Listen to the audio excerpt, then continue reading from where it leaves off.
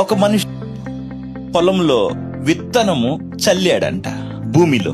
ఆ భూమి మొదట మొలకను, వెన్నును, గింజలను, ముదిరిన గింజలు, ఆ తర్వాత కోతకాలం టైంకి పంట పండినప్పుడు అన్నాడు. ఓకే, అంటే రైతు హ్యాస్ టు బిలీవ్. రైతు నేల నాకు ఇస్తది అన్న యాంటిసిపేషన్ లో విత్తాలి.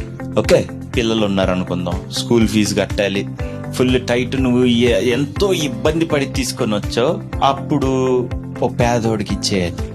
పాపం ఒక కడు బేద ఒకడున్నాడు, నీ ఆత్మ ప్రేరేపిస్తుంది ఇచ్చేయి అని. అప్పుడు నువ్వు ఎటు చూస్తావు?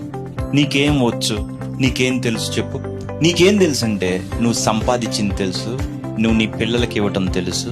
నీకు తెలియంది ఏంటంటే నువ్వు చూడగలిగింది ఎంతవరకు చూస్తున్నావంటే దేవుడు నీ చేతికి విత్తనం ఇచ్చిన తరువాత ఆ విత్తనం నీ పిల్లల్లోకో, నీ భార్య, నీ కుటుంబము, నీకు కలిగిన ఉద్యోగము, వ్యాపారము, వీటిల్లోకి వెళ్తుంది.